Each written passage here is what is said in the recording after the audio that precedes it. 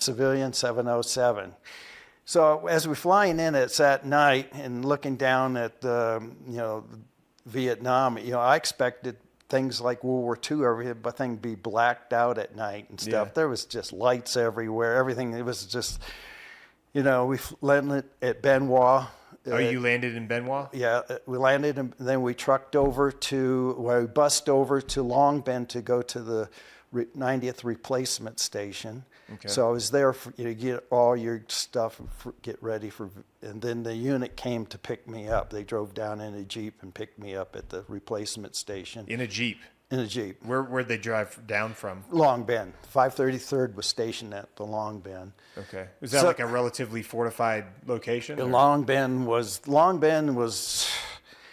it was no different in Fort Bragg today or any of the Fort Hood or any of the big military. But Long Binh was a huge military base. That's where everything was. That was the USRV,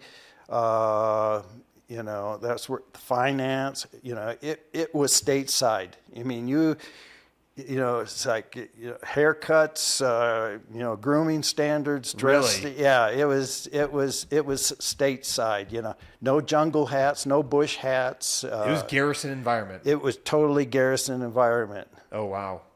In 1970. 1970. So that's a little bit later on in the war. Right. So that kind of makes sense. Yeah, I guess because like the war. When did we actually join the Vietnam War? Like officially. 65. We 65. We had advisors go in the late 50s. We had military advisors. Yeah, right after the French got attacked over there. Yeah. So we had special forces military advisors going in there, but we did not land combat troops like the Marines in the north part of South Vietnam until 65. Yeah. That's when we.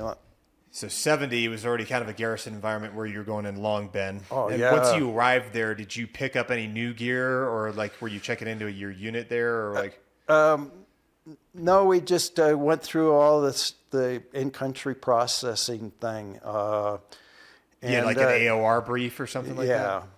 And then we went to then I went to the 533rd Control and myself and an E8 Master Sergeant Mike Land was there. It was his second tour, and we were both assigned to the 99th. So we flew from helicopter down to where the 99th was at Phuc Vinh.